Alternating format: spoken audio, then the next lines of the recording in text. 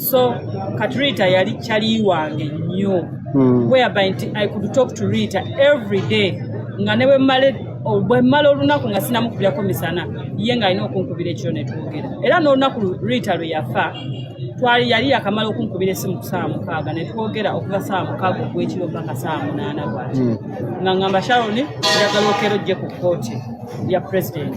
Nangamba nkwegayiridde nnyo njagala okere ne mugashi Ritah ngenda kukeera gwe sisobola kudisappointing nga kasita gwobeera omwami.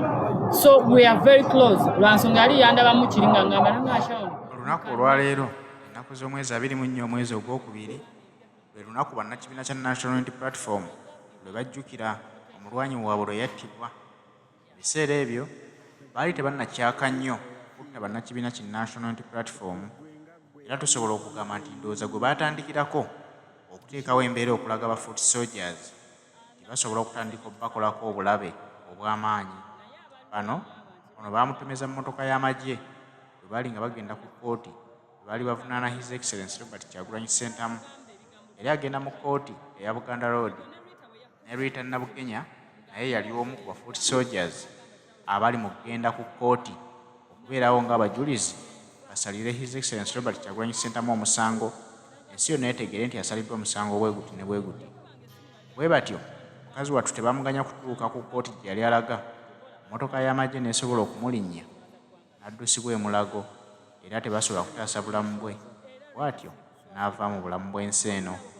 Buli lunaku za mwezi nga 24 omwezi ogwokubiri ba foot soldiers bamujjukira era babaako embeera gye bajjukira ey'ennyiike. Buli lunaku lwe batasobola kwerabira. Abalwanyi bangi abattiddwa naye Ritah Nabukenya bagamba nti ye yattibwa mu ntiisa ey'ekitalo ennyo. N'olw'ensonga eyo era lubadde lunaku lwa kumujjukira era nga tulisigala tumujjukira ng'omulwanyi. Haji Ssettuba omusomi w'edduwa mu okujjukiza nno nti ono akola ku nsonga nnyingi ng'ayitira mu kusoma dduwa. Ayambye abantu bangi ng'ayitira mu kubasomera dduwa. Ababa banoonya emirimu bagifunye abamugezezzaako. Ababa baagala okugendako ebweru bangi bagenze nga bayitidde ku Haji Ssettuba omusomi w'edduwa. Kati naawe ali eyo ng'olina okusomoozebwa kwonna kw'oyitamu eyandyetaaze okugendako ebweru naawe anoonya emirimu, mugezeeko ojja kuwa obujulizi nti wamma ddala Haji Ssettuba kyakola gye kiri. Mukubire ku ssimu eri 0703 31 39 25. Ndi munnankyukakyuka wa National Unity Platform. Ritah wali omumanyiko ki nga mukwano gwo? Ritah y'omu ku bakyala ye yansikiriza n'okubeera ennyo mu struggle. However strong or big she was, Ritah yali nga muntu akumakuma abakyala wamu. Ritah nga ne bw'aba akulabye ng'onyiize nga akukumakuma n'akubuuza Sharon kiki. So Ritah yali kyali wange nnyo, whereby I could talk to Ritah every day nga ne bwe mmala olunaku nga sinamukubirako misana ye ng'alina okunkubira ekiro ne twogera. Era n'olunaku Ritah lwe yafa yali yakamala okunkubira essimu ku ssaawa 6 ne twogera okuva ssaawa 6 ogw'ekiro mpaka ssaawa 8 bw'ati nga ngamba Sharon njagala okero ojje ku kkooti ya president. Nangamba nkwegayiridde nnyo njagala okere ne mugashi Ritah ngenda kukeera gwe sisobola kudisappointing nga kasita gwobeera omwami. So we are very close. Lwansonga yali yandabamu kiri nga ngamba nanga Sharon you can make it. Tusobola okukikola. Ate ky'oba omanye eno Uganda empya tugiyina mu ngalo. So I loved her olwa potential gye yali alina. Yeah. Kwegamba Ritah we yafiira okugwe nga gwe yali mukwano gwe nnyo biki biwafiirwa oba? Nafuna chance eminti salaba ku Ritah ng'ali mu ddwaliro. Naye abaliwo baŋŋamba nti Ritah nali omu ku bantu be yayita amannya nga tannafa. Yayita amannya ndowooza twali ng'abantu 5 n'atugamba ebigambo bino kitemuvanga mu Kyagulanyi. Nzijukira ne Ritah we yakubiranga essimu nga mwogera ebigambo n'agamba Sharon ssaawa yonna nze nfa naye manya bwe nfa waliwo ekibulawo. N'agamba Sharon tovanga ku Kyagulanyi. Mpogedde Sharon yakubanga essimu nga ligakindu Sharon tovanga mu Bobi. Sharon tovanga mu Kyagulanyi. Tova olaba nkyayimiridde era sisobola kuswaza ggwanga lyange wamu n'abantu bonna. Era Ritah toli muswaza? Era Ritah siri kuswaza yonna gy'oli wamu n'abo bonna abaafiira enkyukakyuka. Mbalayiriranga Sharon siri baswaza. Webale nnyo. Amannya n'eddoboozi nze Sasha Musaga. Nze nali mukwano gwa Ritah, oba nali kyali wa Ritah nga twamanyigana mu 2019. Mu ebyo ebiseera twali nze nali bweru ozaye yali eno mu Uganda naye we twakomawo ne tugamba struggle watu okujegatiramu ddala nga tetuli mabega tugendawo wabaawo omuntu yatulaba yandaba ebusaabala n'antwala eka mukya kuba ntandika okugenda eka mukya kati batuuzanga nnyo meetings nga batuyita ez'abakyala ezaki nga tugenda we nasangira Ritah yalina omuwala omulala gwe yali naye nga bamuyita Latifa bwe nabasanga nafuuka kyali wange ne twejjako ennamba ebiseera ebyo twalina Kawempe Brigade Youth ne tutandika okwesanga nga naye ali mutimu gye bayita Kyagulanyi netwesanga tutandika okumiitinganga ne tutandika nga okwekubiranga ebyozi functions ez'enjawulo naye kyemumanyiko yali muwala eyali solid eyali ayagala struggle kale engeri gye yali omuwala omulungi omuwala era eyalina kala n'abantu abamu tebasobola kukikkiriza na kukirowooza nti omuwala oyo lwaki abeeramu ebyo yali muwala ayagala nnyo struggle kyensinga omujjukirako waliwo omusajja eyafa owa human rights ebiseera ebyo baali bamuyitawo Kaggwa Medi Kaggwa baali bagamba egenda beerayo Museveni tetugenda kuziika nga bafuusoja ne bandi ne president yagenda abasinga ffenna tetwagenda naye Ritah yagamba president waaba nze nnyina okugenda mu bawala yali ye ne Nusifa balinnya na booda ne bagenda nenkakasa nti omwana oyo yayina lo eyagala Kyagulanyi ate era eyagala enkyukakyuka ate era eyagala struggle era twali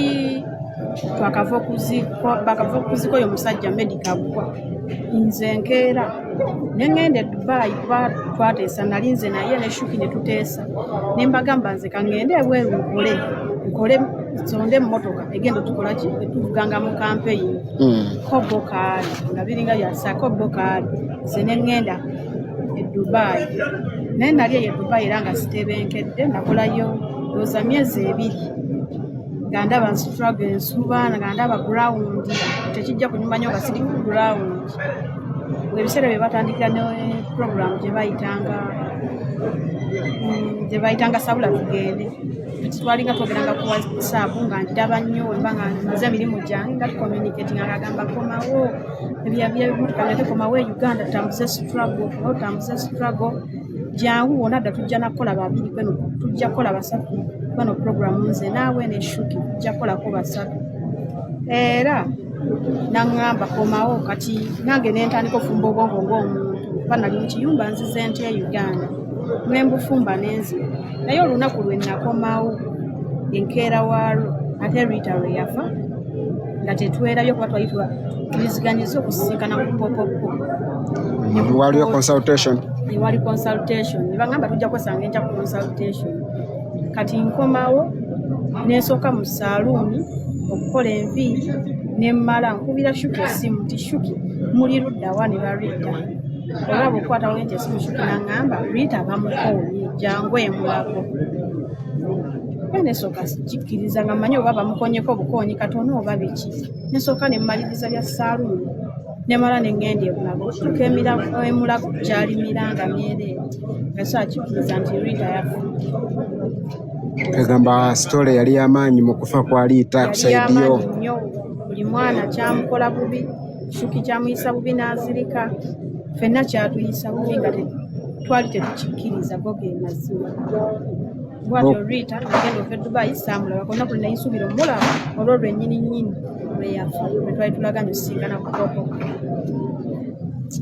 webale nnyo kubanga Shasha okubanga osobodde okutunnyonnyolako ku sitole ya Ritah Nabukenya nga we yali mukwano gwo okuba lwe mwatandika okubeera naye gwe birungi ki bye yakukoleranga ggwe kubeera mukwano mulungi mukwano ogwesigamwako mukwano gwosobola okugamba ebintu byo nakuuma era ekyama kuba nakuuma yali mukwano kale waddala kuba ffenna twali tetulina nnyo nga talina nnyo siina nnyo talina nnyo naye nga byakwebeererawo buli mukyaba asobodde okubeererawo bulungi kuba nzijukire nali eyo nga okuva ebunnamwaya okujjanga eka Mukya kyamubeereranga kizibu nnyo ng'ayagala oba tupangise ennyumba mu bitundu eno okumpi tutandika okubeera nga ffenna basatu asobole okuvanga okumpi okugenda mu struggle naye era anyway yali azizzaayo n'abaana be kwolwo olunaku ng'abatutte ewa taata waabwe nga bamba tutte ku ssomero lya Kisulo akomewo